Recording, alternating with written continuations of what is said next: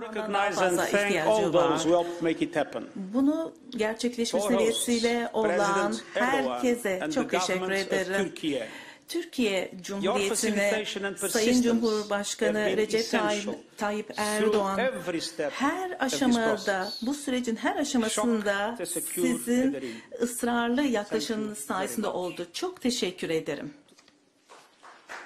Birleşmiş Milletler Genel Sekreterine teşekkür ediyoruz. Şimdi Türkiye Cumhurbaşkanı Sayın Recep Tayyip Erdoğan hitaplarını yapacaklardır. Kürsüyü teşriflerini arz ederim. Buyurun Sayın Cumhurbaşkanı. Tüm dünyayı uzun süredir meşgul eden küresel gıda krizinin çözümünde büyük rol oynayacak bir girişime vesile olmanın haklı gururunu yaşıyoruz. Bugün üzerinde mutabakata varılan metinle Afrika'dan Orta Doğu'ya, Amerika'dan Asya'ya, tüm dünyada milyarlarca insanı bekleyen açlık tehlikesinin önünün alınmasına hep birlikte katkı sağlayacağız. Tarım ve gıda ürünlerinde dünya arz güvenliğinin temini pek çok bakımdan önemlidir. Bu adımla yaşanan sıcak hava dalgası ve kuraklığın sebep olacağı verim kaybının yol açacağı muhtemel ilave fiyat artışlarının önüne geçilecektir. Yine küresel bir sorun haline gelen gıda enflasyonunun kontrolüne de yardımcı oluyoruz. Elbette bu noktaya bir anda gelmedik. Ukrayna depolarında bekleyen tahılın Karadeniz üzerinden ihracı için Ukrayna ve Rusya makamları ile Birleşmiş Milletler yetkilileriyle yoğun ve meşakkatli bir süreç yürüttük. Rus ve Ukraynalı mevkidaşlarımızla bu süreçte devamlı temas halinde olduk. Her iki ülkenin bu hassas süreçle ilgili beklenti ve endişelerinin giderilmesi için kapsamlı istişareler gerçekleştirdik. Dışişleri ve Milli Savunma Bakanlarım yoğun çaba sarf ettiler. Birleşmiş Milletler Genel Sekreteri Sayın Guterres'in ve ekibinin de ilk taslağını hazırladıkları plana verdikleri katkılar takdire şayandır. Bu vesileyle Sayın Putin ve Sayın Zelenski'ye sergiledikleri liderlik dolayısıyla teşekkür ediyorum. Önümüzdeki günlerde başlayacak gemi trafiğiyle Karadeniz'den dünyanın birçok ülkesine yeni bir nefes borusu açmış olacağız. Gemilerin çıkışından güvenli bir şekilde intikaline ve varacağı limana ulaşmasına kadar tüm süreçler üzerinde mutabakat tesis edildi. Bu son derece önemli planın icrası ve denetimi İstanbul'da kurulacak Müşterek Koordinasyon Merkezi tarafından gerçekleştirilecektir.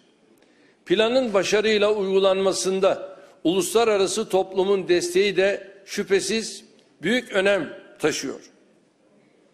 Sevgili dostlar, bundan yaklaşık 4 ay önce yine İstanbul'da Ukrayna ve Rusya arasında ev sahipliğimizde yapılan müzakerelerde mesafe kat etmiş, savaşın sona ereceğine dair ümitleri yeşertmiştik. Maalesef o toplantı sonrasında meydana gelen gelişmeler çatışmaları körükledi. Başından beri bu savaşın kazananı olmayacağını, sadece tarafların değil, tüm dünyanın kayba uğrayacağını ifade ediyoruz. Yaklaşık 5 aydır aralıksız devam eden çatışmalar ve bunun küresel etkileri ne yazık ki bu öngörümüzü doğruluyor. Silahların susması uzadıkça ekonomik maliyetlerin yanı sıra insani kayıplar da artıyor. Savaş sadece tarafları, sadece bölge ülkelerini değil, dünyanın en ücra köşesindekiler dahil tüm insanlığı olumsuz etkiliyor. Ancak bu gidişatın mukadder olmadığına da inanıyoruz. Masumların hayatına mal olan bu çatışmaların bir an önce sona ermesini arzu ediyoruz. Adil bir barışın kaybedeninin olmayacağı hepimizin malumudur. Bugün Rusya ve Ukrayna tarafıyla İstanbul'da atmakta olduğumuz bu müşterek adımın barışa yönelik umutları canlandıracak yeni bir dönüm noktası olmasını canı gönülden diliyorum. Arazideki gelişmeler ne yönde seyrederse seyretsin. Savaş nihayetinde müzakere masasında sonlanacaktır. Tesis ettiğimiz bu dostane ve barışçıl atmosferin savaşın sonlandırılmasına yönelik adımlara tahvil edilmesi tüm insanlığın yararınadır. Medeniyet anlayışımızın bize yüklediği sorumluluğun bilinciyle hareket etmeyi sürdüreceğiz.